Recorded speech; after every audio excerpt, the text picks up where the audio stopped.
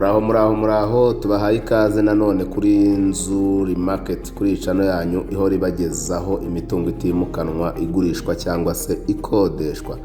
Ni karibu cyane rero, nimukomeze mukande subscribe, mukore na share. Iyi ni Nzuri Business Group Limited muri kumwe nayo.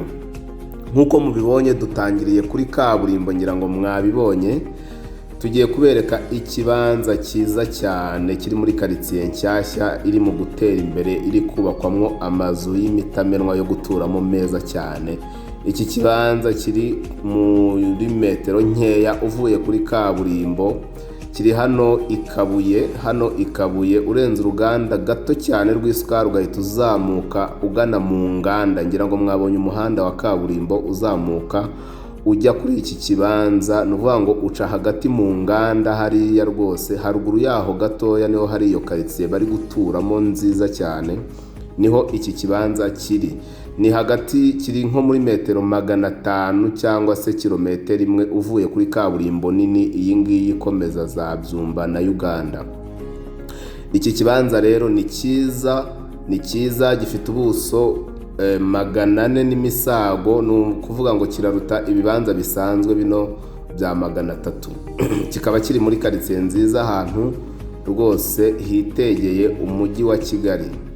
Iki kibanza rero kirashaka amafaranga make cyane, murabona quartier ko amazu rwose ahari, kandi kiri ku muhanda, murabona amazu mashyashya.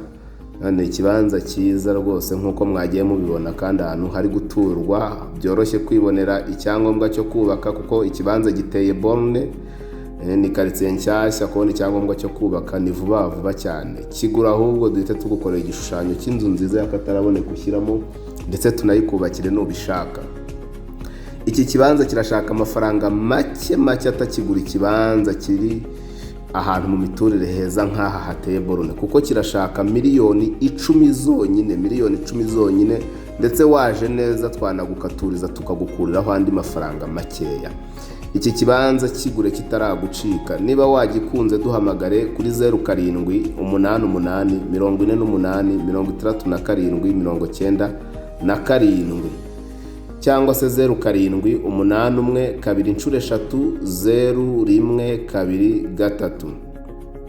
Dusange hano ku Muhima aho dukorera, tujye kukwereka iki kibanza. Ni hano ugeze muri feruje zo kuri Yamaha, inzu ya etage ya 2 y'amatafari ahiye yanditseho Shema House.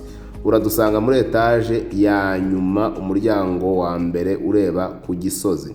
Murabona quartier rwose ni quartier nziza cyane. Nta mpamvu kandi utakubakamo inzu nziza nk'iyi ngiyi, kuko ikibanza ubwacyo uba wakiguze make. Si hahandi amafaranga ashirira mu kibanza ugasanga ubuza yo kubakisha. Iki kibanza murabona ko ureba umujyi wose, dore ngaha hakurya za Gisozi, nuko ikirere kidasa neza ngara mu mujyi muri centre ville. Urabona gifite na view nziza.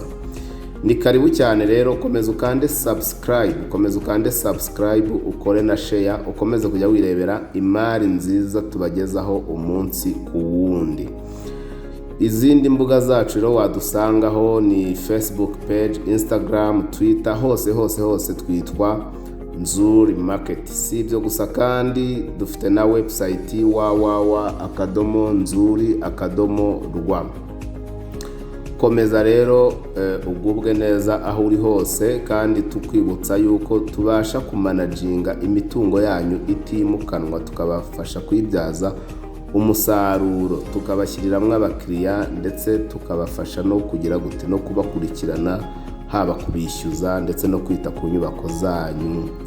Bya bindi byose mutishoboreye, mwebwe muri hanze y'igihugu mwasize amazi i Kigali batakibishyura, mwebwe bese mufite akazi kenshi, nimutugane tubamanagingira imitungo yanyu, tubafashe kuyibyaza umusaruro kandi mu buryo bwiza ndetse bushimishije.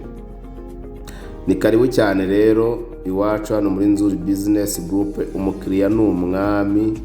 Tubahaye ikaze, muze murebe imari zose dufite zigurishwa cyangwa se zikodeshwa. Nawe rwose ushaka kugurisha, ufite ikibazo cya banke, wirindira ko bagutereza cyamunara, ngwino tukugurishirize nawe ugira amafaranga wisagurira rwose ubuzima bukomeze. Ni karibu cyane, turabakunda abakiriya bacu beza.